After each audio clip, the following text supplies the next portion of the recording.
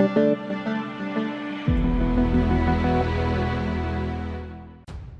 to hard reset Galaxy A04s. Step 1. Use volume down plus power button together and turn off your Samsung Galaxy A04s. Step 2. Here you have to push down volume up plus power button together. Step 3. The recovery mode is activated.